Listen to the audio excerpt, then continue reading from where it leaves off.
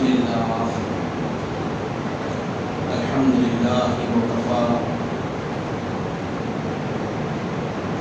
وسلام على عباده الذين اصطفى أما بعد قال الله تبارك وتعالى أعوذ بالله من الشيطان الرجيم بسم الله الرحمن الرحيم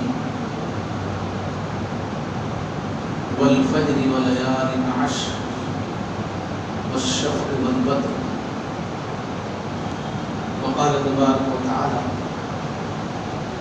إن إبراهيم كان أمة قانتا لله حنيفا ولم يكن من المشركين شاكرا لأنعمه اجتباه وهداه إلى صراط مستقيم صدق الله العظيم اللهم صل على سيدنا محمد وعلى آل سيدنا محمد وبارك وسلم اللهم صل على سيدنا محمد وعلى آل سيدنا محمد وبارك وسلم اللهم صل على سيدنا محمد وعلى آل سيدنا محمد وبارك وسلم. بہت ہی احترام عزت اور اکرام کے لائق بزرگوں عزیز دوستوں پردانشین خواتین، سب سے پہلی گزارش یہ ہے کہ قریب قریب ہو کے بیٹھیں، اس لیے کہ وہ کافی دیر تک لوگ آتے رہتے ہیں، وہ بیچ میں آ کے بیٹھیں گے تو آپ کو خراب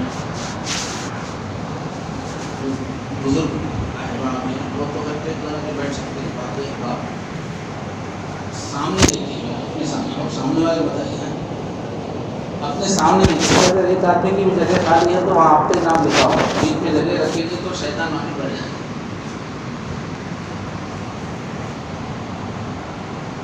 خاص طور پہ فیان کے نیچے جگہ ہے تو اس کو چھوڑنا تو بڑی ناقدری ہے.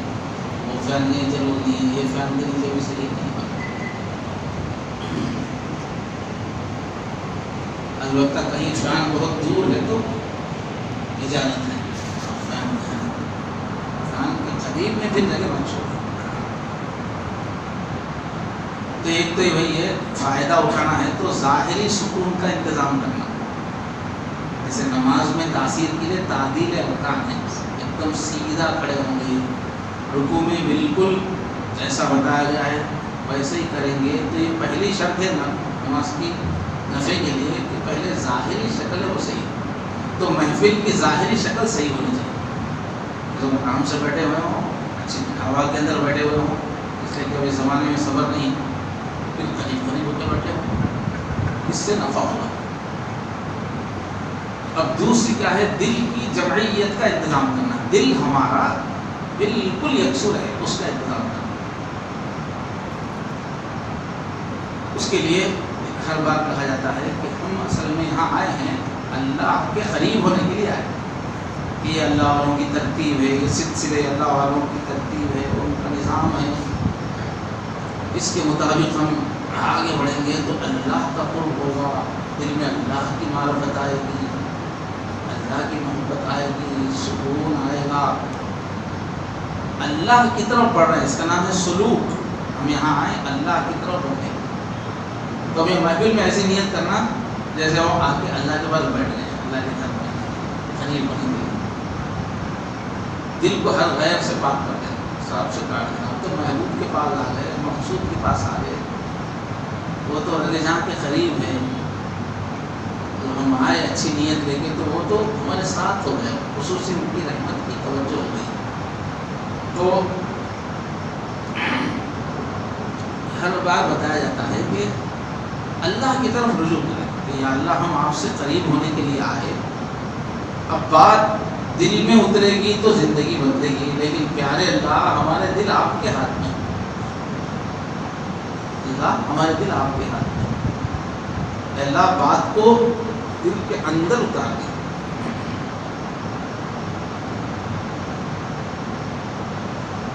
تو ایک محتاج کی کیفیت سے اللہ کو منانا کہ اس محفل کا جو بھی نور ہے، فیض ہے، وہ مجھے عطا کرنا ہے. یعنی ہم میں سے ہر ایک کا معاملہ راست اللہ سے ہے. اللہ سے بول لینا ہم آپ کے لیے آئے اللہ، ہمارے دل کی دنیا کو آباد فرمائے۔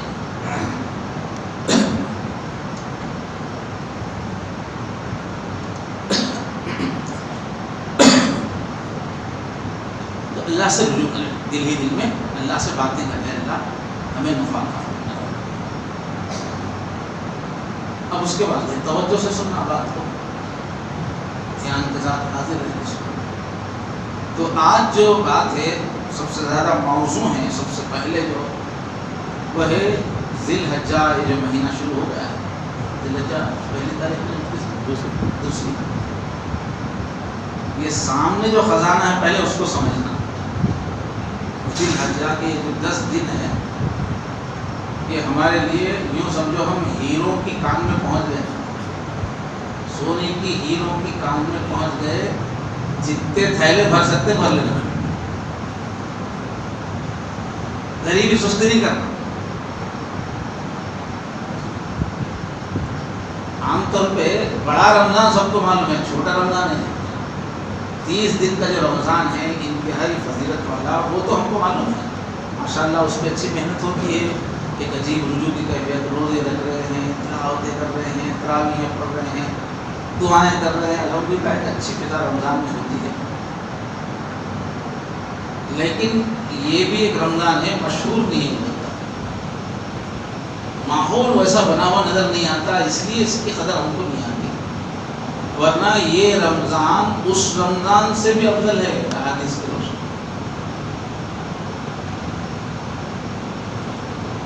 اس رمضان سے بھی افضل ہے، احادیث تو مجھے یاد ہے لیکن میرا حوالہ یاد نہیں ہے، اس لیے حوالے کے ساتھ آپ کو بتائیں گے۔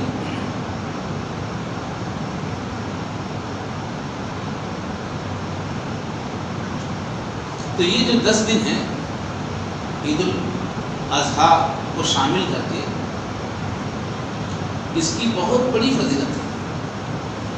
ایک تو اتنی بڑی فضیلت ہے کہ اللہ تعالیٰ نے قرآن میں ان 10 دنوں کی راتوں کی طاقت اور جفت کی قسم کھائی ہے، اللہ والفجر ولیال عشر والشفع والوتر، قسم ہے فجر کی اور قسم ہے 10 راتوں کی، اور طاق راتوں کی بھی، طاق دنوں کی بھی، جفت کی بھی۔ تو مفسرین نے لکھا ہے کہ حدیث سے اس کو جوڑا ہے کہ یہی دن ہے، یہ 10 دن اللہ اس کی قسم کھا رہے ہیں۔ رمضان میں تو ہم جو آخری اعتکاف کرتے ہیں آخری 10 دن میں، اس میں تو صرف طاق رات زیادہ فضیلت رکھتی ہے شب قدر والی، لیکن اس میں اللہ طاق کی بھی قسم کھا رہے ہیں، جفت کی بھی قسم کھا رہے ہیں۔ ان دنوں کی چاہے پہلی تاریخ ہو یا دوسری، پہلی طاق ہے، دوسری جفت ہے، تیسری تاریخ طاق ہے، چوتھی جفت ہے، تو چاہے طاق ہو یا جفت ہو دونوں کی اللہ قسم کھا رہے ہیں۔ ایسی عظمتوں والے دن ہیں، اس میں عبادت کرنا، ہیرے سمیٹنا بہت قیمتی راتیں ہیں۔ اور اللہ کے رسول صلی اللہ علیہ وسلم نے اپنی احادیث میں اس کو نمایاں فرمایا۔ حضرت ابن عباس رضی اللہ عنہ سے روایت ہے، حضور نے فرمایا، یہ ابو داؤد شریف کی روایت، فرمایا ما من ایام العمل الصالح فيها احب الى الله من هذه الايام، یعنی ایام العشر۔ کیا فرمایا اللہ کے رسول کہ کوئی بھی دن ایسے نہیں ہے سال بھر میں، اب اس میں رمضان بھی آ رہا ہے، کہ رمضان کے دن بھی ایسے نہیں ہیں کہ جس میں نیکی کا عمل کرنا اللہ تعالیٰ کو سب سے زیادہ پسند ہے۔ جن دنوں کی نیکی کوئی بھی نیکی، جن دنوں کی نیکی پورے سال میں سب سے زیادہ اللہ کو پسند ہے وہ یہی 10 دن ہیں۔ یعنی حضور نے فرمایا کہ 10 دن، تو یہاں پر رمضان کو استثناء نہیں کر رہے، پورے سال کے پورے دنوں میں سب سے افضل دن یہ 10 دن فرما رہے اللہ کے، کہ ان دنوں میں جو بھی نیکی کی جائے گی اللہ تعالیٰ کو سارے اعمال میں سب سے زیادہ محبوب ہے۔ تو صحابہ کرام نے پوچھا یا رسول اللہ والجہاد ولل جہاد فی سبیل اللہ، کہ یہ 10 دنوں سے ہٹ کے ایک آدمی جہاد میں جا رہا ہے، اللہ کے راستے میں جہاد میں جا رہا ہے، اپنی جان ہتھیلی میں لے کے جا رہا ہے، جہاد کر رہا ہے، تو اللہ کے راستے میں جہاد کرنے سے بھی بڑھ کر ہے کیا ان دنوں کی نیکی؟ تو اللہ کے رسول صلی اللہ علیہ وسلم نے ہاں بولے جہاد فی سبیل اللہ، جہاد فی سبیل اللہ سے بھی افضل ہے ان دنوں کی نیکی۔ آگے فرمایا الا رجل خرج بنفسه وماله فلم يرجع من ذلك بشيء، ہاں کوئی شخص ایسی نیکی کر رہا ہے کہ اپنا پورا مال بھی اپنی جان دونوں بھی اللہ کے راستے میں قربان کر رہا ہے، کچھ بھی بن نہیں رہا ہے، جان بھی پورا چلی گئی، مال بھی پورا دے دیا۔ ایک تو ہے جہاد میں جانا، دوسرے کہ جا کے شہید ہو جانا اور پورا مال بھی دے دینا، انسان کے پاس جان ہے مال ہے، دو بھی اس نے دے دی، اللہ کے راستے میں شہید ہو گیا، مال بھی دے دیا۔ یہ عمل البتہ ان دنوں کی نیکی سے افضل ہے، باقی سب نیکیاں ان دنوں کی نیکی سے افضل ہے، سب سے زیادہ اللہ تعالیٰ کو محبوب ان دنوں کی نیکی ہے۔ تو اللہ نے بھی فرمایا، اللہ کے رسول نے بھی فرمایا۔ اب اس کے اندر کیا کرنا چاہیے سوال کا؟ اچھا پہلے کیوں افضل ہے سمجھنے کی ضرورت ہے، اتنی فضیلت حضور بتا رہے ہیں نا، کوئی بھی چیز جب سمجھ میں آتی ہے دل اچھا لگتا ہے۔ رمضان کی فضیلت کیوں ہے؟ رمضان کے پورے مہینے میں اللہ کی رحمت جوش میں ہے، خوب بھر بھر کے اللہ دے رہے ہیں، تو اس کی وجہ کیا ہے؟ وہ قرآن پاک کا جشن ہے کہ اللہ تعالیٰ نے رمضان میں بندوں کو ہدایت کا راستہ بتایا، شہر رمضان الذی انزل فیہ القرآن، بلکہ شروع سے ہی تمام انبیاء کو جو وحی ملی ہے وہ رمضان کے مہینے میں ملی، تو اللہ نے اس مہینے کو بنایا ہے اپنی ہدایت دینے کا، بندوں کو جنت کی طرف کھینچنے۔ تو اللہ نے چونکہ قرآن اس مہینے میں دیا، اس کی خوشی میں اور قرآن مجید کی عزت افزائی میں اللہ نے پورے مہینے کو رحمت کا بنا دیا۔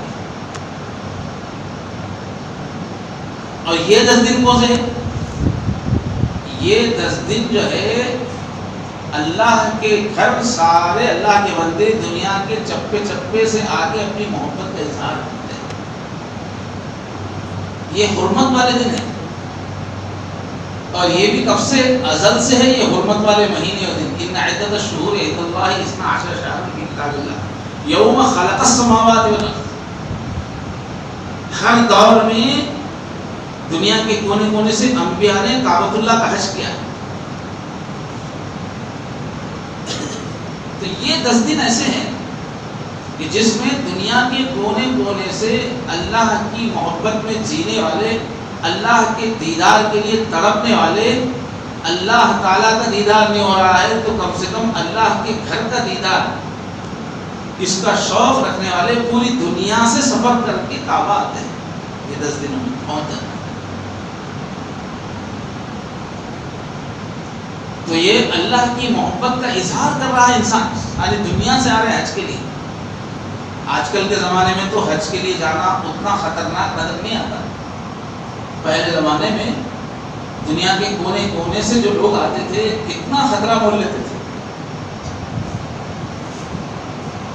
پہاڑوں سے گزرنا پڑتا تھا، لمبے لمبے پہاڑی سلسلوں سے دشوار گزار، خطرناک جنگلوں سے گزرنا پڑتا تھا جس میں شیر ہوتے تھے، درندے ہوتے تھے، دلدلی علاقوں سے گزرنا پڑتا تھا جہاں زہریلے مچھر ہوتے تھے، راستے میں بیماریاں لگ جاتی تھی، اور پھر جگہ جگہ ڈاکو حملہ کرتے تھے، قبیلے کو ختم کر دیتے تھے، سمندروں سے گزرنا پڑتا تھا تو جہاز جو ہوتے تھے وہ کشتیاں ہوتی تھیں لکڑی کی، کوئی انجن ونجن ہوتا نہیں تھا، اس کے اندر خالی پردے بندھے ہوئے ہوتے تھے، پردوں پہ جہاز ہوا، کپڑوں کو ہوا ڈھکیلتی تو کشتی چلتی تھی،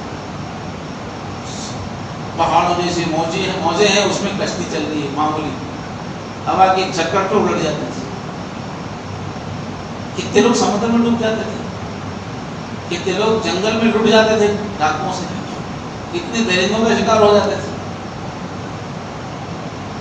اور کہاں کہاں سے لوگ آتے تھے، لوگ دنیا کے کونے کونے سے آنے کا حکم ہے، جہاں بھی ہے تم آؤ والا کل ضامر یاتین من کل فج عمیق، سواریاں چلتے چلتے کانٹا ہو جاتی تھی سوکھ کے، اتنا لمبا سفر، اور مشکل مشکل گھاٹیوں سے لوگ سفر کر کے جاتے تھے، کتنی مشکلات اٹھا کے اللہ کے گھر پہنچتے تھے، تو اللہ تعالیٰ کو کتنی خوشی ہوتی تھی، میرے دیدار کے طالب، میرے دیدار کے دیوانے کہاں کہاں سے آ رہے ہیں۔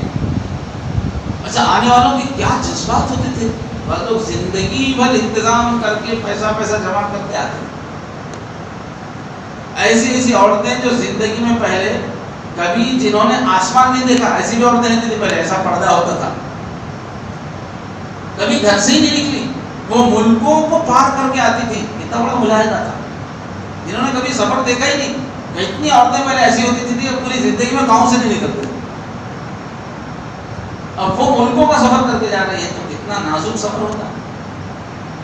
تو اتنے اللہ کے چاہنے والے اتنی قربانی دیں گے، اور اتنے کیفیات کے ساتھ قربان ہونے کی، مالی قربانی دیں گے، اتنی کیفیات کے ساتھ، اب دیوانوں کی شکل اختیار کر کے لبیک اللہم لبیک، اور جسم کا حال بھی کیا ہے، فقیروں کے جیسے کپڑے ہیں، کوئی اسپیشل کپڑے نہیں ہیں، فقیر کی شکل بنی ہوئی ہے، دیوانوں کی شکل بنی ہوئی ہے، پوری دنیا سے آ رہے ہیں اور کعبے کے اطراف گھوم رہے ہیں، تسبیح ہے، تحلیل ہے، سعی بین صفا مروہ ہے۔ تو آپ بتائیے یہ اللہ کی رحمت کو کتنا جوش میں لانے والا عمل ہے۔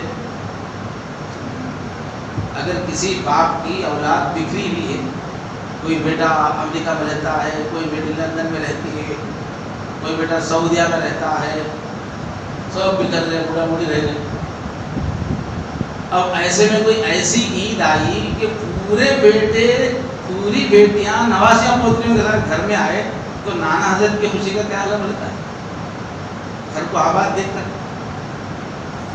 اللہ تعالیٰ کی تو صفت رحمت کی ہے، رحمان ہے، جب اللہ کے چاہنے والے آتے ہیں پورے کعبہ میں، اور دیوانوں کی طرح اللہ کی محبت کے جوش میں کعبے کے گرد گھوم رہے ہیں، صفا مروہ کے درمیان دیوانوں کی طرح گھوم رہے ہیں، منہ پہ اللہ تعالیٰ کی تسبیح کے، حمد کے، شکر کے ترانے ہیں، تو اللہ کو کتنی رحمت آتی ہے، کتنا جوش آتا ہے۔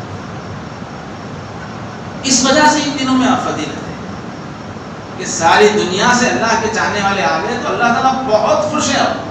اب اللہ تعالیٰ خوش ہیں تو صرف مکے میں جو آ گئے ان کے لیے تھوڑی ہوگی، اب پوری عالم میں جہاں کوئی ان کے چاہنے والا ہو، سب پہ اللہ کی نظر پڑ رہی، تو جہاں جہاں بھی لوگ تسبیح کریں گے، عبادتیں کریں گے، اس کعبے کی نسبت کی وجہ سے اللہ سب سے پیار کرتے ہیں، اور ان دنوں میں ہر نیکی کو اللہ استقبال کرتے ہیں، تو اللہ کی رحمت کو بہت جوش میں لانے والے دن ہیں۔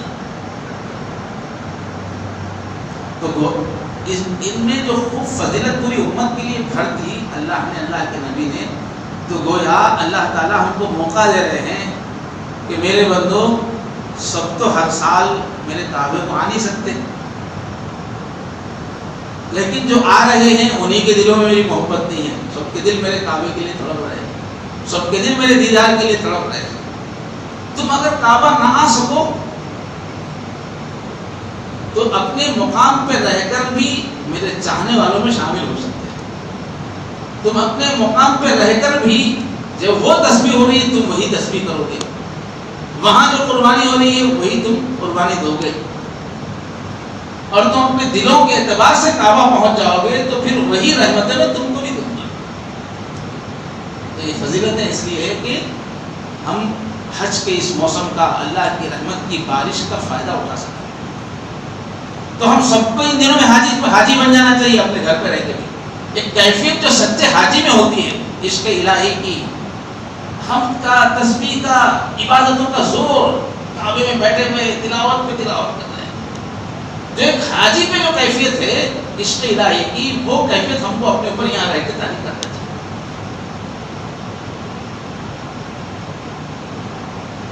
تو یہ بہت قیمتی دن ہے ہمارے، کتنے قیمتی ہیں؟ فرمایا ایک دن روزہ رکھیں گے، پہلی تاریخ سے لے کر 8 تاریخ تک ایک دن روزہ رکھیں گے تو 1 سال کے روزوں کا ثواب ہے۔ 8 دن لگے تو 8 سال کے روزے کا ثواب ہے۔ پھر عرفے کا جو روزہ ہے وہ پچھلے سال اور اگلے سال کے گناہوں کا کفارہ ہو، 2 سال کے برابر. اس کے 10 تاریخ آئے گی عید کے روزہ رکھیں گے تو گناہ ہو جائے گا. تو 9 دن میں گویا 10 سال کے روزے رکھ سکتے ہو. کیا بہترین کام. یہ ہے دنوں کی قیمت. 1 دن کا روزہ 1 سال کے برابر. اور راتوں کا کیا حال ہے؟ راتوں کے بارے میں فرمائے پورے 10 دنوں کی ہر رات شب قدر سے افضل ہے، چاہے تاپ ہو چاہے کچھ. ہر رات شب قدر سے افضل ہے. اور رمضان کی جو شب قدر ہے وہ تو چھپی ہوئی ہے. وہ بولتے بعض لوگ بولتے پورے رمضان میں کبھی بھی چھپ کے رہ سکتے ہیں، یا ہے کہ کم سے کم آخری 10 دن میں کہیں چھپی ہوئی. لیکن یہاں کلیئر پہلے ہی بول دیا جا رہا ہے کہ اس 10 دن کی ہر رات شب قدر. آج کی رات کیا ہے؟ شب قدر سے افضل ہے. حدیث شریف کے اندر ہے.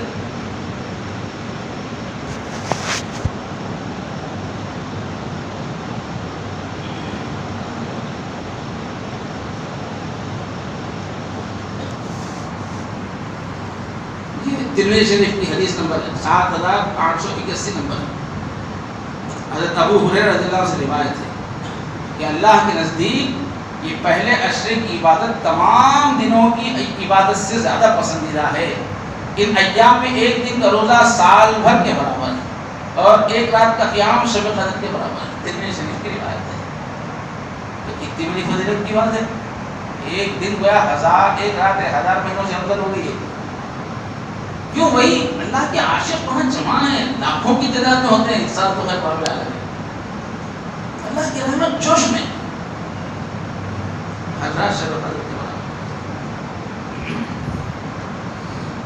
اس وجہ سے ان دنوں کو ہم لوگ پورے جوش و خروش سے گزاریں، غفلتوں کے ساتھ نہ گزاریں. اصل میں جنت کی تیاری بہت کم کی چیز ہے. جنت چھوٹی نہیں ہے، بہت بڑی ہے. اس کو بھرنے کے واسطے بہت نیکیوں کی ضرورت ہے. کلمے اور قبولیت سے جنت تو مل جاتی ہے. ایک کم سے کم درجے کا جو جنتی ہوتا ہے اس کو دنیا سے 10 گنا بڑی جنت ملتی ہے. مگر وہ جنت جو ہے خالی پڑی رہتی ہے. اتنی بڑی جنت کو باغات سے، چشموں سے، محلات سے بھرنے کے واسطے خوب نیکیاں کرنا پڑتا ہے، بہت نیکیاں کرنا پڑتا ہے.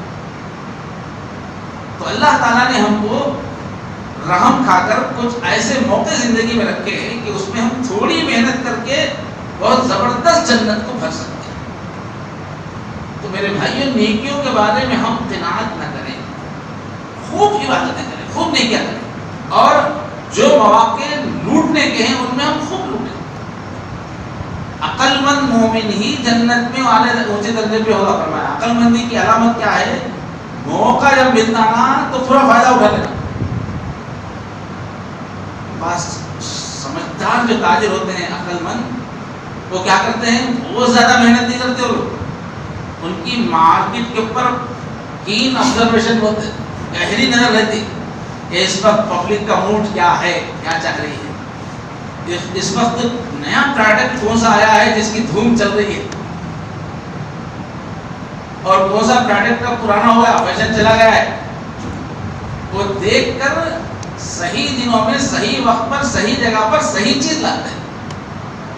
چند دنوں میں لکھپتی بن جاتے ہیں. اور بعض اگر محنتی ہوتے رہتے ہیں مگر ہولے رہتے ہیں. 10 سال سے ایک ہی ٹائپ پہ چل رہا ہوں، کبھی نیچے جاتا نا اوپر آتا. ایسے لوگوں کا نیچے جاتا پھر، اس لیے کہ زمانے کا رخ بدلتا رہتا. تو جنت کی تیاری کے لیے بھی انسان کو ذہین ہونا چاہیے. زندگی میں قدم قدم پہ ایسے مواقع آتے ہیں کہ کچھ خاص عمل کرنے سے کئی سال کی ترقی ایک دن میں ہو جاتی ہے، جنت بھر جاتی ہے.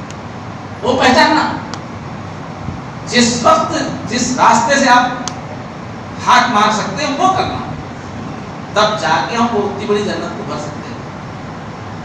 تو یہ 10 دن میرے بھائیوں، ابھی آج محفل ختم ہوتے ہی عشاء کی نماز کے بعد یا سنتوں کے بعد اللہ سے دعا کیجیے، اللہ اس پورے 10 دن میں مجھے جوان بنا دیجیے، جوانی بھر دیجیے میرے اندر، جستجو بھر دیجیے. آپ اتنا لٹا رہے ہیں تو میں پڑھ کے لینے والا بھی بن جاؤں. اور آج ارادہ کر کے اٹھیے کہ بھائی یہ 10 دن ایک جوشیلے مومن کی طرح سے گزارنا ہے, ایک یقین والے مومن کی طرح گزارنا ہے. اللہ کے نبی اتنا ثواب بیان کر رہے ہیں تو ہم خالی کیسے بیٹھ سکتے ہیں؟ سامنے رکھا ہوا ہیرا پڑھ کے نہیں لے گا کیا عقل مند پھرتی نہیں دکھائے گا. ضرورت اس بات کی ہے کہ ان دنوں کو ہم بہت ہی چستی کے ساتھ گزاریں. اس کے لیے اللہ سے مانگنا ہے. اب ان دنوں میں کرنا کیا ہے؟ تو پہلی چیز تو کیا ہے؟ اللہ کے نبی کیا فرما رہے ہیں؟ العمل الصالح احب الی اللہ. فرما رہے ہیں کہ ہر نیک عمل, کون سا بھی نیک عمل ہے, وہ سال بھر کے نیک عمل سے افضل ہے. کوئی بھی نیکی ہے, کسی کی خدمت کرنا ہے, کسی کا کام بنا دینا ہے, دکھی کا دکھ دور کر دینا ہے, کسی رشتہ دار کی خدمت کر دینا ہے, کسی کی تیمارداری کر دینا ہے, دین پھیلانا ہے, علم پھیلانا ہے, جتنی بھی نیکیاں, بے شمار نیکیاں, کوئی بھی نیکی ہے اسی حساب سے افضل ہوگی. ہو جب ایک دن کا روزہ ہے سال کے روزے کے برابر ہو جا رہا, تو ہر نیکی بھی ویسی پڑے گی. تو جو نیکی سامنے آئے کرتے جانا ہے. اچھا, اور دوسری چیز کیا ہے؟ اور ایک مسند احمد کی روایت ہے, حدیث نمبر 5446. تو اس میں حضور نے فرمایا کہ یہ عشرہ اللہ کے پاس اتنا عظمت والا ہے. اوپر کیا تھا؟ محبوب ہے عمل. اس حدیث میں کیا ہے؟ عظمت. اللہ کے پاس اتنا عزت والا ہے کہ اس سے زیادہ عزت والا پسندیدہ کوئی عشرہ نہیں ہے. تو اس میں حضور نے فرمایا تم تحلیل کثرت سے کرو, لا الہ الا اللہ کثرت سے پڑھو, تکبیر کثرت سے, اللہ اکبر کثرت سے پڑھو, تحمید کثرت سے, الحمدللہ کثرت سے پڑھو. یہ مسند احمد کی روایت ہے.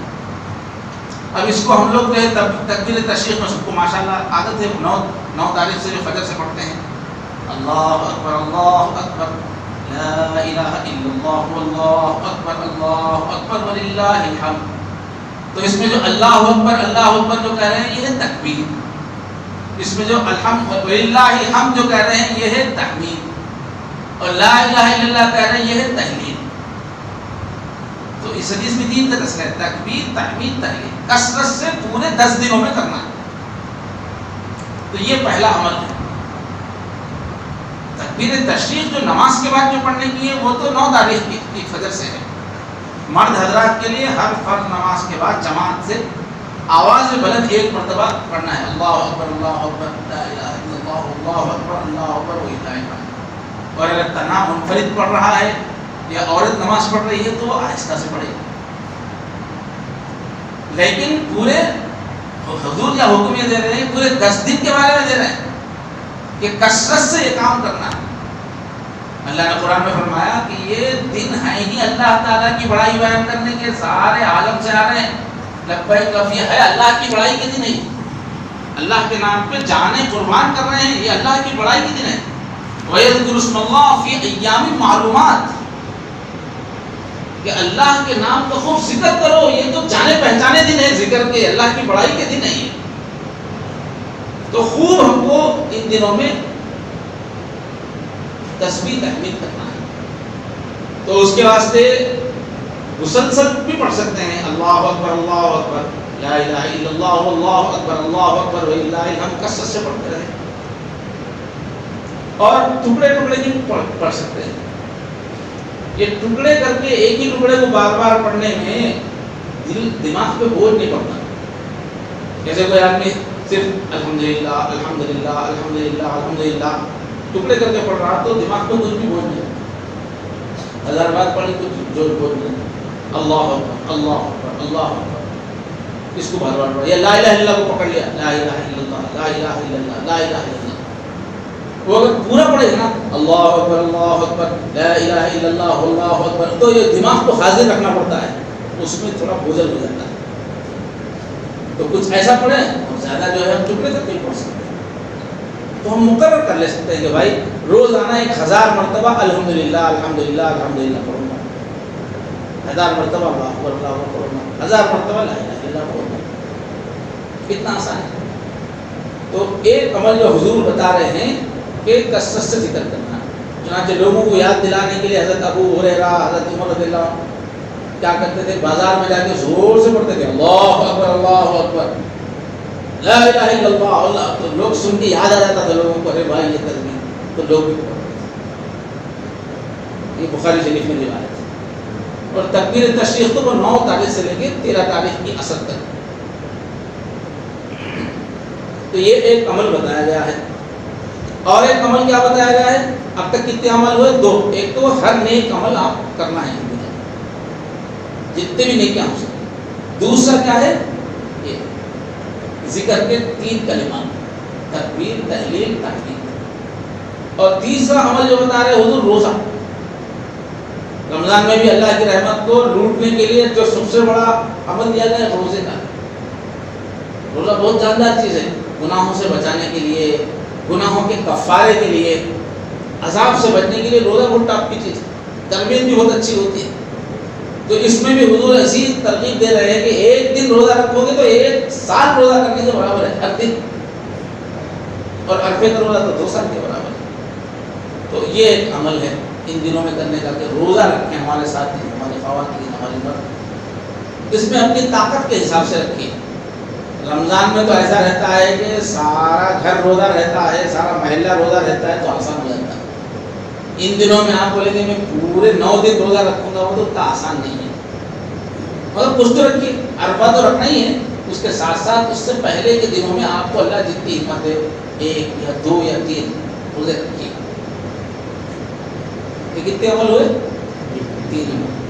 چوتھا عمل حدیثوں میں ہے راتوں کو زندہ کرنا ہے.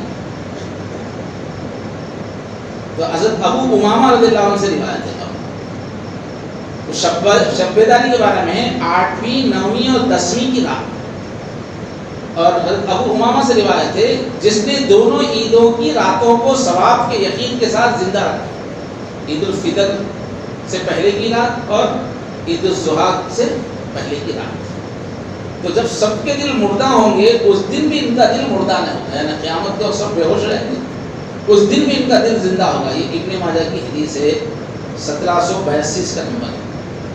اور ایک حضرت معاذ رضی اللہ عنہ سے روایت ہے کہ جس شخص نے 5 راتیں زندہ کی، زندہ کرنے کا مطلب جاگ کر عبادت کرنا، تو اس پر جنت واجب ہے فرمایا. 5 راتیں اگر عبادت میں گزاریں تو اس میں 8ویں اور 9ویں رات ہے، اور بقرعید کی رات ہے، عید الفطر کی رات ہے، اور 15 شعبان کی رات ہے. یہ ترغیب میں روایت موجود ہے. تو گویا چوتھا عمل کیا ہوا صاحب؟ راتوں کو عبادت کرنا، نفل پڑھنا. اس میں دوسری چیزیں تو ہو رہی ہیں، اس میں ہم تلاوت بھی کریں گے اور نفلیں بھی پڑھیں گے. تو یہ 4 کام کریں گے تو کیا ہم اس 10 دن میں ہم خوب اللہ کی رحمت کو لوٹ سکتے ہیں.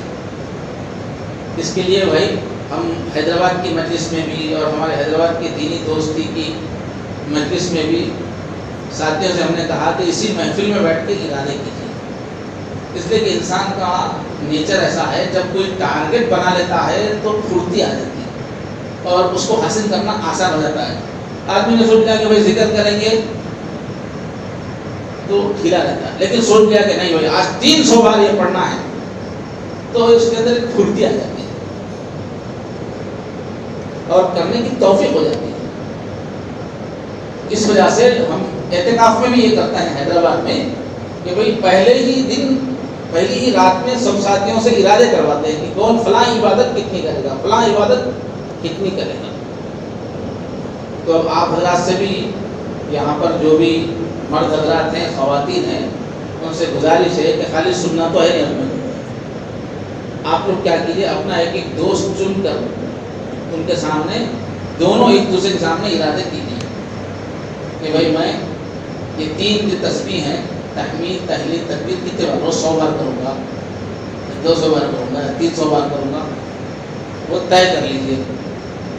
ایسے ہی روزہ کتنا رکھیں گے طے کر لیجیے، اس کو بہت زیادہ مت رکھیے، کچھ رکھیے روزہ. ایسے ہی تیسری چیز جو ہے وہ ہے نوافل کتنے پڑھیں گے، اس کو طے کر لیجیے. تو تھوڑی سی افراتفری ہو جائے گی اور اللہ کو پسند آ جائے گا. تو کیا کرو، ہر آدمی اپنا ایک دوست چن لو اس میں سے، اور دونوں مل کے بولو. روز ایک مرتبہ فون کرنا ہوا کیا وہی بول کے پوچھنا. یہ تھوڑا انتظام کرنے سے عمل کی توفیق ہو جاتی ہے, آسان ہو جاتی ہے. چلو بسم اللہ. جتنی عورتیں ہیں اوپر وہ لوگ بھی کوئی ایک دوست جان پہچان کے سہیلی کو چن لو اور دونوں مشورہ کر لو. بہت بڑے بڑے ارادے مت کرو, پہلا سال ہے کچھ نہ کچھ تو کر لو. روز یاد دلائیے چلے بسم اللہ. اپنے اپنے دوست کو چن لیجیے. بازو والا ٹھیک ہے تو بازو والا, نہیں تو دور نظر آ رہا تو اس کے پاس جا کے بھائی آپ کتنا کرتے, میں روزانہ ایک فون ہوں نا یاد دہانی کا. جلدی جلدی کر لو, ٹائم خراب ہوتا ہے. اپنے ساتھی کو چن کے دونوں بھائی تم کتنا کرتے میں کتنا کرتا ہوں, پھر روز یاد دلانا. عورتیں بھی ذرا اپنی سہیلی جو ہے خود سے مل کے طے کرنا. عمل صالح تو کچھ اس کا کوئی طے کرنے نہیں آتا. 3 چیزیں طے کرنا ہے. ایک تو تسبیح تحمید کتنی کریں گے, دوسرے روزے کتنے رکھیں گے, اور تیسرے نوافل کتنے پڑھیں گے. راتوں میں نوافل کتنے پڑھیں گے ایک طے کر لیجئے, یاد دلا دیجئے, اللہ تعالیٰ آسان کر دے گا.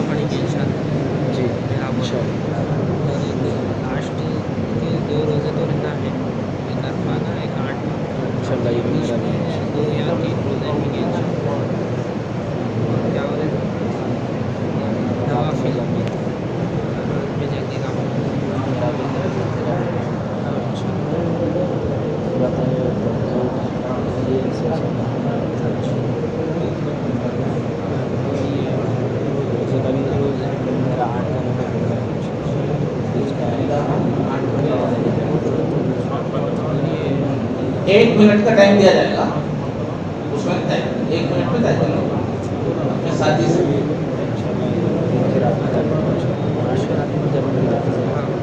8-16 اور 17 تک 1 منٹ کا ٹائم طے کر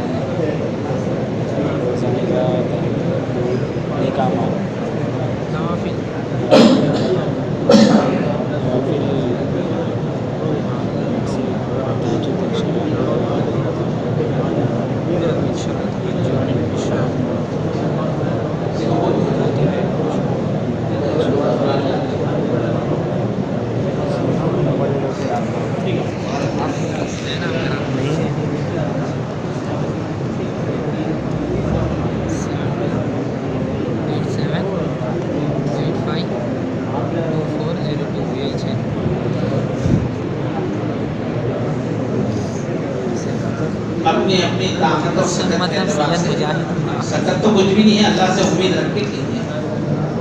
سرور رضا گھڑے میں سکت نہ ہو, وہ اللہ کے بھروسے پہ ارادہ کیجیے. یہ نہیں کہ اب سامنے والا روزہ رکھتا ہوں تو آپ بھی دھن بول کے ارادہ مت کرو.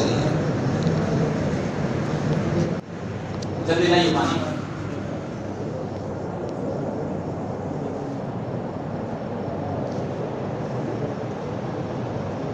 اچھا بھائی, رمضان ہم کو کس سے جوڑنے کے لیے آیا ہے؟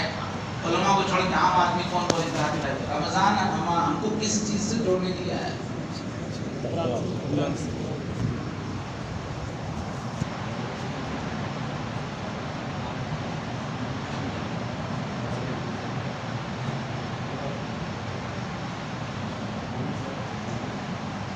ماشاءاللہ ساتھیوں نے جواب دیا, رمضان ہم کو قرآن سے جوڑنے کے لیے آیا.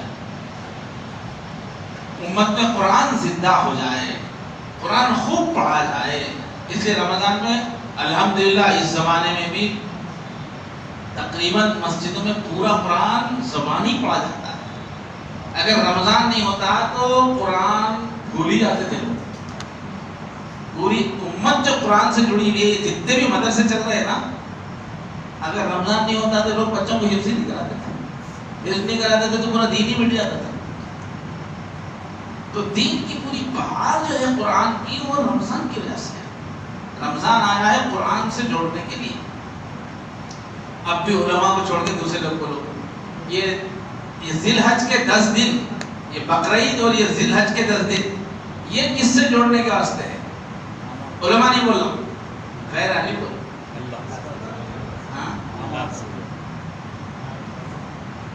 پہلے کوئی ہاتھ اٹھاؤ, پہلے پھر بولو, ان سے پوچھیں گے بولتے یہ 10 دنوں میں کس سے جڑنا ہے اپنے کو؟ ہاں بولیے, آپ بولو. اور تو اب رمضان میں اللہ سے نہیں جڑنا ہے، کیا قرآن سے جڑنے کا مطلب بھائی اللہ سے ہی جڑنا ہے مگر کسی کے ذریعے سے جڑنا ہے. رمضان میں اللہ سے جڑنا ہے قرآن کے ذریعے سے. قرآن سے ہم جڑیں گے، قرآن اللہ سے جڑے گا. رمضان میں کس سے جڑنا ہے؟ یہ بقرعید میں کس سے جڑنا ہے؟ 10 دن میں عبادت سے جڑنا ہے. یہ سوچ کے بولے اللہ کے گھر سے جڑنا ہے، مگر وہ جواب پورا صحیح نہیں. اور کون بولتے ہیں؟ اچھا سب کچھ آئے تھے، حفاظ بھی بول سکتے، علماء بھی بول سکتے. یہ بقرعید اور یہ 10 دن امت کو کس سے جوڑنے کے لیے؟ چلو بولو، علماء بھی بول سکتے. تھوڑی ذہنی ورزش ہونے سے مزہ آتا، سننے کے بعد یاد بھی رہتا ہے. چلیے جائیں. ہاں یہ بقرعید، یہ حج اور یہ عشرہ حضرت ابراہیم علیہ السلام سے امت کو جوڑنے کے لیے جو سمبل ہے اسلام کا، جو نمونہ ہے اسلام کا، چلتا پھرتا جو اسلام ہے وہ حضرت ابراہیم علیہ السلام. پوری امت کو حضرت ابراہیم سے جوڑنے کے لیے بقرعید ہے، حج ہے اور یہ 10 دن ہے. اسلام میں حضرت ابراہیم علیہ السلام کی بہت بڑی حیثیت ہے. انہوں نے کہا تھا انا اول المسلمین، میں پہلا مسلمان ہوں. پہلے مسلمان ہیں، وہ کامل مسلمان ہے. اللہ فرمائے ان ابراہیم کان امتا قانتا للہ حنیفا، وہ ایک مسلمان نہیں، پوری امت ہے وہ حنیف.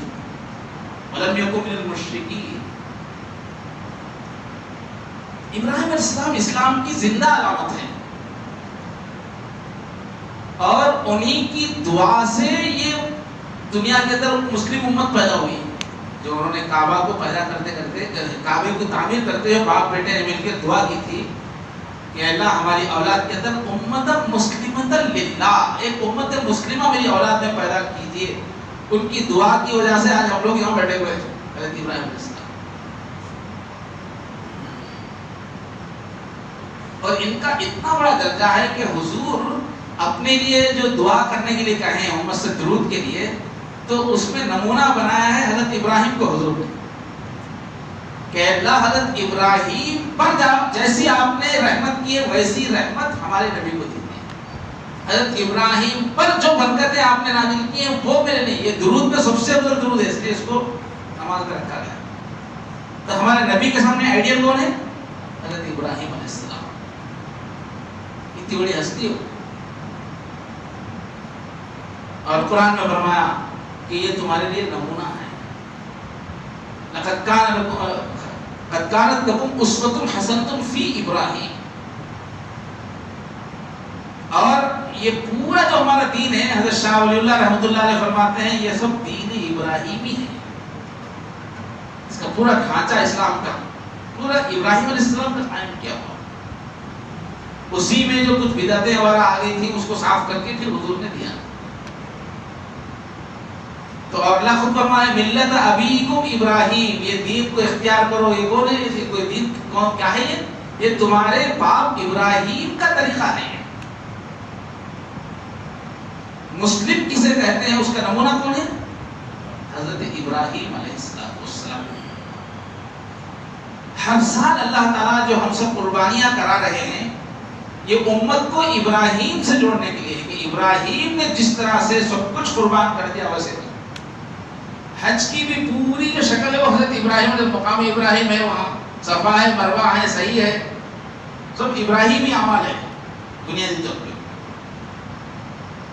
تو امت کو ابراہیم ہمیشہ یاد رہے، ان کی زندگی یاد رہے، ان کی صفات یاد رہیں. اس کے لیے اللہ نے ہر سال اس کو گھما رہے ہیں. ہر سال عید آتی ہے، ہر سال قربانی آتی ہے. تو ضرورت اس بات کی ہے کہ ہم سب حضرت ابراہیم علیہ السلام سے بہت محبت کریں اور ان کو نمونہ بنائیں اپنا. تو اس وجہ سے آج ایک دوسرا موضوع چونکہ ہم اس دور سے گزر رہے ہیں 10 دن ابراہیم علیہ السلام سے جڑنا ہے، تو حضرت ابراہیم علیہ السلام کی پیروی کا آج ارادہ کرنا ہے. تو حضرت ابراہیم علیہ السلام کی زندگی میں دیکھیں گے تو کیا ان کی خوبیاں تھیں جس کو اللہ نے خوب ابھارا ہے قرآن میں. تو سب سے پہلی ان کی جو صفت کیا تھی، توحید کے بارے میں بہت سخت تھے، توحید کے بارے میں بہت پرجوش تھے کہ صرف ایک ہی اللہ کی عبادت ہونی چاہیے، ایک اللہ کے سوا کسی کی عبادت نہیں ہونی چاہیے. جوانی میں جا کے مندر میں جا کے مورتیاں توڑ دی تھی، اس کے واسطے آگ میں ان کو پھینکا گیا تو زندہ جلتی ہوئی آگ میں کود گئے تھے. سب سے زیادہ ان کا جوش کیا ہے؟ نہیں، ایک اللہ کے سوا کسی کی عبادت نہیں ہوگی. اور اسی کو اللہ نے سب سے زیادہ نمایاں کیا ہے قرآن مجید میں. قد کانت لکم اسوۃ حسنۃ فی ابراہیم والذین معہ. اس چیز میں انہوں نے کہا تھا انا براء منکم ومما تعبدون من دون اللہ، کہ اللہ کو چھوڑ کر کوئی کسی بھی شکتی کو مانتا ہے، کسی جن بت کو مانتا ہے، کسی دیوی دیوتاؤں کو مانتا ہے، کسی بھی غیر معمولی انداز میں پیر فقیر کو، سادھو کو کوئی مانتا ہے، کسی بھی شکتی کو کوئی مانتا ہے، اس سے ان کو بہت نفرت تھی. پورا کھلے طور پر انہوں نے اعلان کیا انا براء منکم، اے شرک کرنے والوں، ایک اللہ کو چھوڑ کر دوسری شکتیوں، دوسری طاقتوں سے ڈرنے والے اور ان کی امیدیں کرنے والے، سن لو، ہم تم سے بیزار ہیں اور تمہارے جتنے معبود ہیں ان سب سے ہم بیزار ہیں. پہلے تو بیزار کی، اس کے بعد کیا بولے؟ کفرنا بکم، اے شرکیہ کام کرنے والوں، ہم تم سے تمہارا انکار کرتے ہیں. اور پھر اتنے ہی بولے، اور آگے کیا بولے؟ وَبَدَا بَيْنَنَا وَبَيْنَكُمُ الْعَدَاوَةُ وَالْبَغْضَاءُ إِلَى يَوْمِ الْقِيَامَةِ، کہ اے شرک کرنے والوں، تمہارے اور ہمارے درمیان قیامت تک کے واسطے دشمنی، حتیٰ تؤمنوا باللہ وحدہ. شرک سے سخت نفرت. ساری توحید کی علامتیں اللہ نے ان کے ذریعے سے قائم کی. لوگ جو ہے جانوروں کے اندر شرک کرتے تھے، ان کے ذریعے سے اللہ نے مقرر کیا کہ نہیں، جانوروں کی قربانی صرف اللہ کے لیے دی جائے گی. لوگ جو ہے بچہ پیدا ہوتے ہی جھوٹی شکتیوں سے ڈر کے ان کے نام پہ قربانیاں دیتے تھے. عقیقہ انہوں نے شروع کیا ہے کہ بچہ پیدا ہوگا تو ادھر ادھر کی شکتیوں کے نام پہ قربانی نہیں، اللہ کے نام پہ قربانی ہوگی. ہر شرک کی نشان کو انہوں نے مٹایا. لوگ کیا کرتے تھے، اپنے جانوروں کا کوئی عضو کاٹ دیتے تھے دیوی دیوتاؤں کے نام پہ، کان کاٹ دیا، یہ کاٹ دیا، یا ان کے اوپر داغ لگاتے تھے. اور یہاں تک کہ اپنی دیوی دیوتاؤں کو خوش کرنے کے لیے خود اپنی یا تو چوٹی کاٹ کے پھر کیا آتے تھے، تلکوتی لگا کے پورے بال کاٹ کے آتے ہیں، یا اپنے کوئی اعضا کاٹ کے آتے تھے. شیطان نے ایسا بھٹکا دیا تھا کہ اپنے اعضا، جسم کے اعضا کاٹ کے دیوی دیوتا کے نام پہ دے کے آتے تھے. اب بھی ہندوستان میں یہاں ہوتے رہتا ہے. اس کے مقابلے میں اللہ تعالیٰ نے جسم پہ نشان لگانا ہے، جسم کا کچھ کٹ کرنا ہے، تو حضرت ابراہیم کے ذریعے سے اللہ نے یہ ختنہ جاری کی کہ اپنے جسم کا جو زائد حصہ ہے اس کو کاٹ کر جسم کا کچھ حصہ دینا ہے، تو وہ بھی اللہ کے لیے موضوع ہے، کسی اور کے لیے جسم کا حصہ کاٹ کے نہیں دیا. ہر طرح کی شرک کو انہوں نے روکا ہے. تو پہلی جو صفت ہے حضرت ابراہیم علیہ السلام کی، شرک سے نفرت کرنا، اور اسی کی وجہ سے اپنی اولاد کو صرف شرک سے بچانے کے واسطے اس زمانے کا جو سب سے ترقی یافتہ علاقہ تھا، شام کا علاقہ، بہترین فصلیں، بہترین ترقی، اس زمانے کی بہترین سلطنت، وہاں سے اپنی اولاد کو، یہاں رہیں گے تو میرے بچے شرک میں مبتلا ہو جائیں گے، وہاں سے لے کر آج جہاں کعبہ ہے وہاں پہنچے جہاں پر کوئی انسان نہیں تھا، کوئی جانور نہیں تھا، جہاں پانی کا خطرہ نہیں تھا، زندگی کا کوئی سامان نہیں تھا. وہاں لے جا کے اپنی اولاد کو آباد کیا کہ میری اولاد شرک سے بچے، اور کہا تھا وَجْنُبْنِي وَبَنِيَّ أَن نَعْبُدَ الْأَصْنَامَ، میں یہاں اس لیے لا کے چھوڑ رہا ہوں کہ میری اولاد اور میں مورتی پوجا سے بچیں. رَبِّ إِنَّهُنَّ أَضَلَّ كَثِيرًا مِنَ النَّاسِ، اللہ یہ مورتیوں نے بے شمار انسانوں کو برباد کر دیا. جدھر دیکھو دنیا میں بتوں کی پوجا ہو رہی ہے. میں یہاں اس لیے لا کے چھوڑا ہوں انی اسکنت من ذریتی بواد غیر ذی زرع عند بیتک المحرم ربنا لیقیموا الصلاۃ. یہ کسی اور کی پوجا نہ کریں, یہ تیری پوجا کریں, یہ نماز پڑھیں, نماز کی عادت والے بنیں. اس لیے ویرانے میں لا کے آباد کرو. اور ان کی اولاد میں یہ طریقہ چل پڑا کہ ہر باپ مرتے وقت اپنے بچوں سے پوچھتا تھا ما تعبدون من بعدی. دیکھو ساری دنیا میں بتوں کی پوجا ہو رہی ہے, میں مر جاؤں گا چلا جاؤں گا تو میرے بیٹوں وعدہ کرو تم کس کی پوجا کرو گے. توحید توحید توحید. حضرت ابراہیم کے خاندان نے نسل نے ہی بچا کے رکھا توحید. ساری دنیا میں شرک تھا. پھر حضور اللہ انہی کی اولاد میں حضرت اسماعیل کی اولاد میں حضور پیدا ہوئے اور انہوں نے پہلی مرتبہ ساری دنیا میں توحید کو غالب کر دیا. تو سب سے پہلی صفت ہے توحید, اس کی فکر کرنا مومنوں کا کام ہے. اچھا, دوسری ان کی خوبی کیا ہے؟ اسلام کا نمونہ تھا. مسلم کسے کہتے ہیں؟ اللہ کے حکم کے سامنے جھک جانا, سرنڈر کر دینا. اسلام کے معنی اسلم یسلم اسلام, جو حکم ہوا سرے نیاز ہم ہیں, جو مزاج یار میں آئے اللہ تعالیٰ جب جو کہے فوراً کر دینا. اس میں نہ اپنی مرضی دیکھنا, نہ اپنی راحت دیکھنا, نہ کوئی رشتہ دیکھنا, نہ کوئی اور مقصد رہے, کوئی چیز رکاوٹ نہ بنے. ادھر سے اللہ کا حکم ہو ادھر سے اطاعت. یہ معنی ہے مسلم کی. یہ پورا نمونہ حضرت ابراہیم علیہ السلام کی ذات ہے. جوانی میں اللہ تعالیٰ کے لیے آگ میں کود جانے کی بات آ گئی تو آگ میں کود گئے بے دھڑک, جان بچانے کی فکر نہیں ہے. بڑھاپے میں تقریباً 85 سال کی عمر میں بڑی تمناؤں دعاؤں ارمانوں کے بعد گھر میں بچہ پیدا ہوا تھا حضرت ابراہیم علیہ السلام. تو کیا ہو گیا, وہ دوسری بیوی سے ہوا, حضرت حاجرہ سے ہوا, تو ان کو حاجرہ سے بہت محبت ہو گئی اور وہ بچے سے بہت محبت ہو گئی, بڑی ارمانوں سے. ویسے بھی بڑھاپے کی اولاد سے بہت محبت رہتی ہے. چھوٹے بیٹے کے ہاتھ میں سب کا ہاتھ مارتے رہتے ہیں. چھوٹا بیٹا بہت گڑبڑ کرتا ہے. تو بڑھاپے کی اولاد تھی, وہ بیوی سے بھی محبت تھی, وہ بچے سے بھی محبت ہو گئی تھی. اللہ تعالیٰ نے صاف حکم بھی نہیں دیا, صرف خواب دکھایا, اشارہ. میری مرضی ہے یہ بیوی بھی یہ بچہ ہزاروں میل دور لے جاتے چھوڑ دو, ان کے ساتھ نہیں رکھیں. اشارہ ملا. اس بیوی کو بچے کو فلسطین سے لا کے آج جہاں کعبہ ہے وہاں چھوڑ کے چلے گئے تھے. سب سے محبوب چھوڑ دیے, آتے تھے وقتاً بس مل کے جاتے تھے, مگر ساتھ رہنے کا یہ قربانی چھوڑ دیا بیوی بچے. یہ ہے مسلم, محبتوں کو قربان کرنا ہے. پھر اس کے بعد اللہ تعالیٰ نے کرم کیا, بچہ بچ گیا,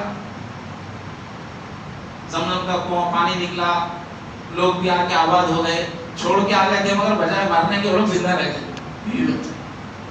اب وہ چھوٹا سا بچہ چھوڑ دیا تھا, اب وہ ماشاءاللہ بڑا ہو گیا, اچھا طاقتور ہو گیا. اب امید ہو گئی کہ اب یہ بچہ مرے گا نہیں, اب یہ خاندان چلے گا اس سے. اب وہ ہاتھ کو آ گیا, بولتے نا بچہ ہاتھ کو آ گیا, ہاتھ کو آ گیا بچہ ہاتھ کو آ گیا. تو پھر ایک خواب دکھا دیا اللہ تعالیٰ کہ اپنے ہاتھ سے چھری لے کے اپنے بچے کو ہی کاٹ رہا اللہ کے واسطے. وہاں بھی ڈائریکٹ حکم نہیں دیا, خالی خواب دکھا, اشارہ. محبت میں کھول کے نہیں بولتے. بیوی شوہر کو کچھ تو بھی لاؤ بولنا ہے تو منہ کھول کر بولتی کیا, اشارے دیتی. عقل مند شوہر سمجھ لینا, ارے تم بولے نہیں نا, بولنے کا رشتہ ہے نا, سمجھ لے گا یہ انداز سے. عورتوں کی خاص زبان ہوتی, کئی مرد کو بیوقوفی کرتے, انہیں بولی نہیں, انہیں ایسا کرے. بیوقوف بولنے کا نہیں رہتی, وہ دنیا بولنے کے لیے سمجھنے کی ہے. ہمارے پیر صاحب بہت اچھا اس کو سمجھائے, ایسے موڈ پہ عورت کیا کرتی تو سمجھنا کیا چاہے. بول کے بولنا ان کی عزت کے خلاف رہتا ہے, ان کے مزاج کے خلاف رہتا ہے, اس رشتے کے خلاف رہتا ہے, اس رشتے کی آبرو کے خلاف ہوتا ہے. محبت کی دنیا کے اپنے آداب ہے, اشاروں سے بہت کچھ سمجھنا پڑتا ہے. تو اللہ تعالیٰ نے بھی اتنا بڑا حکم دیا میرے واسطے میرے بچے کو کاٹ کے بتاؤ، مگر کھل کے وہی نہیں بھیجی. خواب دیکھ رہے، چاہے تو سوچ سکتے تھے خواب ہی ہے نا، لیکن نہیں، خواب نہیں بولے، نہیں یہ خواب نہیں، یہ تو حکم ہے. تو کیا کیے، اتنا سخت حکم ملا فوراً راضی ہو گئے. جا کے اپنے بچے کو بیوی سے کہا تو بیوی بھی راضی، نہلا کے دھلا کے اچھے کپڑے پہنا کے ماں دے رہی میرے بچے کو لے آ کے گلا کاٹو. اللہ کے نام. بابا بھی جو ہے بیٹے کو اچھا تیار کر کے جیسے قربانی کے بکرے کو کھلا کے پانی پلا کے تازہ کر کے لے آتے نا، والد صاحب بھی بیٹے کو لے جا کے مینا کی وادی میں آنکھ پہ پٹی باندھ کے چاقو لے کے پھرا دیا.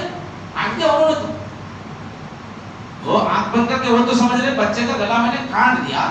اب اللہ نے اپنی طرف سے یہ انتظام کیا کہ چھری کو حکم دے دیا، اس نے کاٹا نہیں، اس کے بجائے سے دمبا بھیج دیا تھا، انہوں نے تو کاٹ دیا تھا. کتنا مشکل کام تھا. تو مسلم کسے کہتے ہیں؟ بیوی کو چھوڑ دو ریڈی، بچے کو کاٹ دو ریڈی، وطن چھوڑ دو ریڈی. ساری زندگی ان کی در بدر ہجرت میں گزری، ادھر سے ادھر ادھر سے، ان کا ٹھکانا ہی نہیں تھا. وہ ساری دنیا میں آباد دنیا میں گھوم گھوم کے توحید کا اعلان. یہ ہے حضرت ابراہیم علیہ السلام. مولانا عاقل صاحب سے ہم نے سنا، کتابوں کا حوالہ تو یاد نہیں، بچپن میں ہم نے سنا بیان میں، کہ یہ جو ختنہ ہے نا، ختنہ کا حکم کہ آدمی اپنے جسم کا ایک حصہ اللہ کے نام پہ کاٹ دے، یہ ختنہ کا حکم کب آیا؟ حضرت ابراہیم علیہ السلام جنگل میں سفر کر رہے تھے، اس وقت چل رہے تھے، اس وقت حکم آیا اللہ تعالیٰ کا. اللہ کی مرضی ہے کہ تم اپنی ختنہ کرو. تو اب جنگل میں تھے، وہاں نہ حجام تھا، نہ وہاں چاقو تھی، نہ وہاں کوئی انتظام تھا. تو حضرت ابراہیم علیہ السلام نے یہ نہیں سوچا کہ قریب کی بستی میں جائیں گے، کوئی حجام ملے گا، کوئی چاقو والا ملے گا، ماہر ملے گا تو اس سے ختنہ کرائیں گے، یہ نہیں سوچا انہوں نے. بڑی عمر تھی ان کی. جیسے ختنہ کا حکم آیا انہوں نے فوراً ادھر ادھر دیکھا، ایسے کریں گے. اب دیکھا انہوں نے تو ایک نوکیلا پتھر نظر آیا، دھاردار. ایک پتھر لیا اور دوسرے پتھر پہ اپنا عضو رکھا، چمڑا کھینچا اور پتھر سے مار کے اپنے ختنہ کیا. یہ ابراہیم، اطاعت کسے کہتے ہیں؟ اللہ کا حکم آنے کے بعد کچھ نہ سوچنا، جو حکم ہے وہ کر دینا. اس لیے اللہ بولتے مسلم اول المسلمین نہیں، وہ مسلمان دیکھے تو وہ ہے پہلا مسلمان، جو حکم دیا اس کو مان.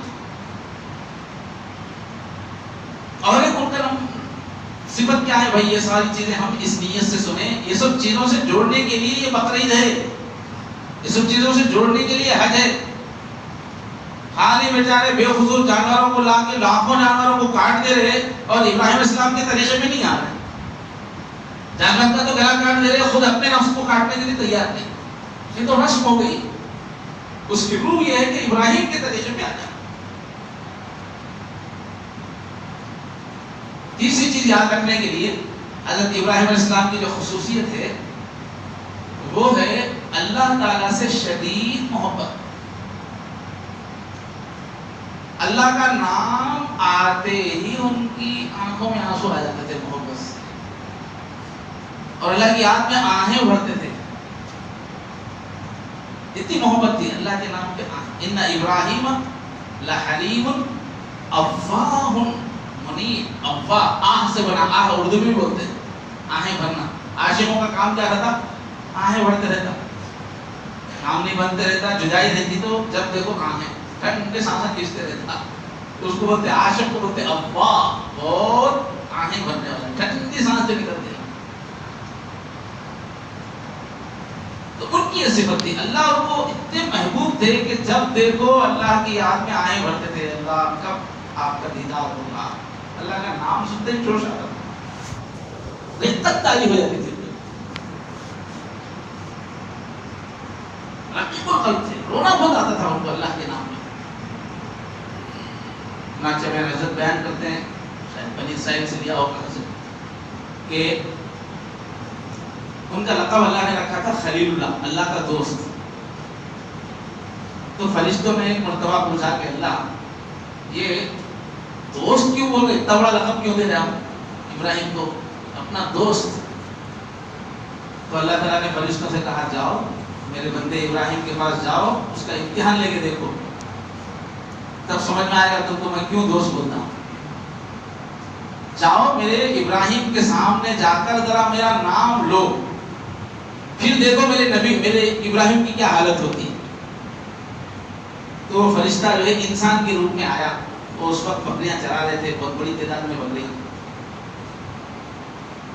تو فرشتہ ان کے قریب سے انسان کی شکل میں، وہ جانتے نہیں کہ یہ فرشتہ ہے، انسان کی شکل میں قریب سے گزرا، اللہ کا نام بڑے پیار سے لیتے ہوئے گزرا، اللہ کی تعریف بڑے پیار سے کرتے ہوئے، سبحان ذی الملک والملکوت، سبحان ذی العزت والعظمت والہیبت والقدرت والکبریاء والجبروت، سبحان الملک الحی الذی لا ینام ولا یموت، سبوح قدوس ربنا ورب الملائکۃ والروح۔ الفاظ کو نیچے پڑھ سکتے ہیں۔ اب یہ بڑے پیارے الفاظ تھے اللہ کی تعریف میں، اب ترجمہ کروں گا تو ٹائم خراب ہو جائے گا، وقت زیادہ لگ جائے گا۔ جب اتنے پیارے الفاظ میں اللہ کا نام سنا تو مچل گئے ابراہیم علیہ السلام، ارے کون ہے بھائی، کون ہے کون ہے کون ہے، پیچھے بھاگے۔ کیا پیار بھرے انداز میں میرے محبوب کا نام لے رہا ہوں، میرے اللہ کا نام لے رہا ہوں، کون ہے بھائی؟ پھر ایک بار ذرا بول، بہت اچھا، کیا الفاظ ہے، کیا پیار سے بول رہے ہو۔ تو فرشتے نے پوچھا اچھا پھر ایک بار بولوں گا تو کیا دیں گے آپ مجھے؟ جوش میں کہا کیا دیں گے؟ دیکھنا بکریاں، آدھی بکریاں دے دوں گا، تو ہزاروں بکریاں تھی، آدھی بکریاں، پھر اللہ کا نام سننے کے لیے۔ تو فرشتے نے پھر پڑھ دیا سبحان ذی الملک والملکوت، سبحان۔ اب اور جوش آ گیا، محبت میں جتنی بار بولو، خندے مقرر بولتے، جتنا بڑھے اتنی محبت بڑھ جاتی ہے، اور جوش میں آ گیا، اور ایک بات بولو، اور ایک بات، نہیں بھائی نہیں، بولو بولو۔ اچھا آپ کیا دیں گے بھائی آپ؟ تو کہا باقی پوری بکریاں بھی لے لو، بولا ایک مرتبہ بول دو پوری بکریاں لے لو۔ اب اور ایک مرتبہ انہوں نے کہا تو اور بیچاری اور بیتابی پڑ گئی، پھر اصرار کرنے لگے، اور ایک بات بولو، اور ایک بات بولو، کیا ہے کیا کیا تعریف کر رہے ہو، پھر ایک بات بولو۔ فرشتے کہتے ہیں آپ کیا ہے، اب تو پوری بکریاں ختم ہو گئی ہے، اب کیا دو گے؟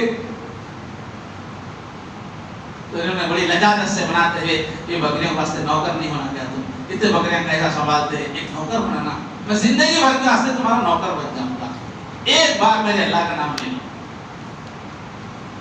تم پوری زندگی کی غلامی کے لیے تیار ہو گئے، ایک بار اللہ کی تعریف سننے کے لیے، کیا محبت تھی۔ تب فرشتے نے کہا کہ بھائی نہ آپ کے بکریوں کی ضرورت ہے نہ آپ کی نوکری کی ضرورت ہے، میں امتحان لے رہا تھا کہ اللہ سے آپ کو کتنا پیار ہے، واقعی آپ خلیل ہیں، کیا محبت ہے آپ کو، پوری جان پورا مال دے رہے آپ، کیا خلیل ہے۔ تو ان ابراہیم لحلیم اوّاہ منیب، بڑی آہیں بھرنے والے تھے، بس اللہ سے 10 دن میں مانگنا ہے، اے اللہ ہماری بھی کبھی آہیں نکلے تیری یاد میں۔ اللہ کے نبی نے فرمایا اللہ عرش کے سائے میں عزتوں کے ساتھ بٹھائیں گے اس بندے کو جو اکیلے میں اللہ کو یاد کرتا ہے، تو ایسا اس کو جوش آتا ہے کہ اس کی آنکھوں سے آنسو ابلنے لگتے ہیں، پیار ہے اللہ کی یاد۔ رجل ذکر اللہ خالیا ففاضت عیناہ، اپنے محبوب کو دیکھنے کے لیے، اپنے اللہ سے ملنے کے لیے، اپنے اللہ کے دیدار کے لیے وہ بدل جاتا ہے، اس کی آنکھوں سے آنسو نکلتے ہیں۔ یہ کیفیت ہماری ہونی چاہیے، یہ عشرہ یہ سکھانے کے لیے۔ اور ان کی کئی خوبیاں بتائی گئی ہیں، اب یہاں خواتین بھی موجود ہیں۔ ایک ان کی بڑی خوبی کیا تھی، ان کو بچوں سے بہت پیار تھا ابراہیم علیہ السلام، چھوٹے بچے بولتے ہی مچل جاتے تھے، اس لیے اللہ تعالیٰ امتحان بھی بچے کے بارے میں لیے، اپنے بیٹے کے بارے میں امتحان لیے، تو بچوں سے بہت پیار تھا، تو اپنے بچے سے کتنا پیار تھا ہوگا، لیکن وہ اس امتحان میں کامیاب ہو گئے، اپنے بچے کو اپنے ہاتھوں سے ذبح کرنے کے لیے تیار ہو گئے۔ تو اللہ تعالیٰ نے ان کو انعام بھی یہ دیا ہوا ہے کہ جتنے بھی مسلمانوں کے بچے چھوٹی عمر میں مر جاتے ہیں، یہ حضرت ابراہیم علیہ السلام کے حوالے کر دیے جاتے ہیں، جانتے ہیں حضرت ابراہیم علیہ السلام علیہ بچوں کو بہت پیار ہے نا، تو ساری دنیا کے سب چھوٹے بچے جو ہے 20 سال کا مر گیا، 3 مہینے کا، 5 سال کا مر گیا، پورے کہاں چلے جاتے ہیں؟ حضرت ابراہیم علیہ السلام کے پاس بچوں سے بہت پیار تھا. تو ہم لوگوں کو بھی، مردوں کو بھی، عورتوں کو بچوں سے پیار کرنا چاہیے، رقیق القلب ہونا چاہیے. اللہ کے نبی بھی بچوں سے بہت پیار کرتے تھے. بچے گھیر لیتے تھے حضور کو دیکھے تو حضور بولتے تھے آؤ بھاگ کے آؤ، سو بھاگ کے آ کے حضور کو لپیٹ لیتے تھے. بچوں سے پیار ہونا چاہیے. حضرت ابراہیم علیہ السلام. اور ایک ان کی صفت کیا ہے؟ خود اپنی فکر نہیں، پورے خاندان کی فکر. پورا میرا خاندان دیندار بنے، پورے میرے لوگ اچھے بنے، پورے خاندان کی تربیت، پورے خاندان کی ان کو طلب تھی. وہی طلب ان کی بیوی میں حضرت حاجرہ میں تھی کہ انہوں نے جنگل میں آباد کیا، میرے بچے اچھے نکلیں یہ فکر تھی، اس لیے ویرانے میں لے جا کے چھوڑا. بیوی کو وہی فکر تھی، اس لیے انہوں نے بھی ساتھ دیا. اور صفا مروہ کے بیچ میں دوڑ لگا رہی ہیں. کیسا خاندان ہے؟ بیوی بھی کیسی ہے، قربانی دے رہی ہے، بچہ بھی قربانی دے رہا ہے، تڑپ تڑپ کے اللہ کے نام پہ تڑپ رہا بچہ پیاسے، بیوی دوڑ رہی ہے، پہاڑوں پہ دوڑ رہی ہے ادھر سے ادھر. تو یہ پورا خاندان کیسا ہے؟ دین کی خدمت والا خاندان ہے. اور دعا بھی کر رہے اللہ میری اولاد میں پوری امت ایسی نیک پیدا فرما. ہو رہے میری اولاد میں اکیلا نہیں ہونا، میری پوری اولاد میں ایک امت بن جانا جو دین پہ چلنے والی، امام بنا دے ان کو بھی. تو یہ پورے خاندان کی فکر چونکہ ان کے اندر بہت تھی، تو اللہ تعالیٰ نے ان کی فکر کو ایسا قبول کیا کہ حضرت ابراہیم علیہ السلام کے دنیا سے جانے کے بعد اللہ تعالیٰ نے دنیا کے کسی بھی کونے میں جب بھی کسی کو نبی بنایا تو ابراہیم علیہ السلام کے گھر میں ہی بنایا. ان کے جو دوسرے بیٹے تھے حضرت اسحاق، ان کی اولاد میں بنی اسرائیل میں 10,000 نبی پیدا ہوئے. اور نبیوں کے سردار جو سارے عالم کے لیے آئے وہ انہی کے بیٹے حضرت اسماعیل کے اولاد میں حضور آئے. اور ان کا لقب پڑا ابو الانبیاء، نبیوں کے باپ ہیں. تو اپنے پورے خاندان کی فکر کرنا. اور انہی کی اولاد بنی اسرائیل، ان کے یعقوب کی اولاد ہی یہ پوری نسلوں میں سب سے افضل نسل ہے، اس لیے کہ ایک ہی گھرانے میں 10,000 انبیاء ہیں. بحیثیت کی نسل سب سے افضل ہے. اس طرح ان کو اپنی اولاد کی فکر تھی، اپنے خاندان کی ہدایت کی فکر تھی. تو پھر اللہ تعالیٰ نے بھی ان کو ایسا نوازا کہ حضرت ابراہیم علیہ السلام کے بعد دنیا کے بڑے بڑے بادشاہ حاکم پیدا ہوئے تو اللہ نے ابراہیم کے اولاد ہی میں پیدا کیا. انبیاء بھی پیدا کیے تو ابراہیم کے اولاد میں پیدا کیا. اور جتنے بڑے بڑے سائنٹسٹ پیدا ہوئے سب ابراہیم کے اولاد میں پیدا ہوئے. آج پوری دنیا میں جو ڈنکا ہے 3 قوموں کا ہے، عیسائی، یہودی، مسلمان. تینوں حضرت ابراہیم علیہ السلام کی اولاد ہیں. اب جتنے بھی دنیا کو لیڈ کرنے والے بڑے بڑے پیدا ہوئے، چاہے وہ آیت ملوک بھی پیدا ہوئے، انبیاء بھی پیدا ہوئے. تو انہوں نے پورے خاندان کی فکر کی تو اللہ تعالیٰ نے پورے خاندان کو برکت بابرکت بنا دیا. اس لیے حضور بھی ہم سے وہی دعا کر رہے ہیں کہ ابراہیم کے خاندان کو جیسے برکت ملی، یا اللہ میرے خاندان کو بھی برکت. اللہ ابراہیم والا آل ابراہیم. تو ہمارا بھی یہ فریضہ ہے کہ ہم اپنی پوری اولاد کی فکر کریں. خواتین آئی ہیں تو خواتین کو خاص طور پہ اللہ نے تاثیر دی ہے کہ ان کا اولاد پہ بہت اثر پڑتا ہے. کیا طلب ہونی چاہیے مومن باپ کی اور ماں کی؟ ربنا هب لنا من ازواجنا وذرياتنا قرۃ اعین. اے اللہ ہمارے جوڑوں کو اور ہماری اولاد کو آنکھوں کی ٹھنڈک بنائیے دنیا میں بھی آخرت میں. وجعلنا للمتقین اماما. ہمارے پورے گھر کو یا اللہ نہ صرف متقی پرہیزگار بنائیے بلکہ متقیوں کا بھی سردار بنائیے. تو یہ حضرت ابراہیم علیہ السلام کی یہ بھی خصوصیت رہی ہے، پوری خاندان کی فکر کرنا. بہرحال یہ مہینہ اس لیے آیا ہے کہ حضرت ابراہیم کا رنگ کیا ہے؟ سب کچھ اللہ کے لیے کر دینا، اپنے اندر کچھ بھی نہیں رکھنا. انی وجہت وجہی للذی فطر السماوات والارض حنیفا. میں نے اپنا رخ ساری دنیا کی چیزوں سے کاٹ کر صرف اللہ کی طرف کر دیا. حنیفا وما انا من المشرکین. میں اپنی محبتوں میں کسی کو شریک نہیں کروں گا، میں اپنے دلی جذبوں میں کسی کو شریک نہیں کروں گا، صرف تیرے لیے جیوں گا اللہ تعالیٰ، تیرے لیے میری ہر سانس ہوگی، میرا لگاؤ صرف تیرے. جیسے کہ بیوی کو بھی چھوڑ دیا، دیا کے کام، بچے کو بھی چھوڑ دیا، جوانی میں اپنے آپ کو، اپنی جان کو چھوڑ دیا، سب کچھ کی نفی کر کے صرف اللہ، ذرا دکھاوا نہ رہے اندر، ذرا دنیا کی طلب نہ رہے، صرف اللہ کے لیے ہو جائے. یہ ہے حضرت ابراہیم علیہ السلام کا. براہیمی نظر پیدا بڑی مشکل سے ہوتی ہے، ہوس سینوں میں چھپ چھپ کر بنا لیتی ہے تصویریں، دنیا اور خواہش ہزار گھر میں اندر قدر آتی ہے. حضرت ابراہیم ہر خواہش کو نکال کر پھینک چکے، صرف اللہ کے لیے دیا. جیسے حضرت خواجہ عزیز الحسن مجذوب کا شعر ہے، ہر تمنا دل سے رخصت ہو گئی. اللہ سے کہہ رہے ہیں اب کوئی تمنا نہیں ہے کہ تو ہی تمنا ہے میری، ہر تمنا دل سے رخصت ہو گئی، اب تو آجا، اب تو خلوت ہو گئی. اے اللہ میرا بن جا، میرا دل پاک ہو گیا. تو یہ جو مہینہ ہے، یہ جو 10 دن ہیں، ہم کو حضرت ابراہیم علیہ السلام کا طریقہ سکھانے کے لیے اور اس کو اپنانے کی دعوت دینے کے لیے آئے ہیں. اس لیے ان 10 دنوں میں میرے لیے بھی، آپ سب کے لیے بھی دعا کیجیے، اللہ ہمیں حضرت ابراہیم علیہ السلام کا سچا پیرو بنائیے.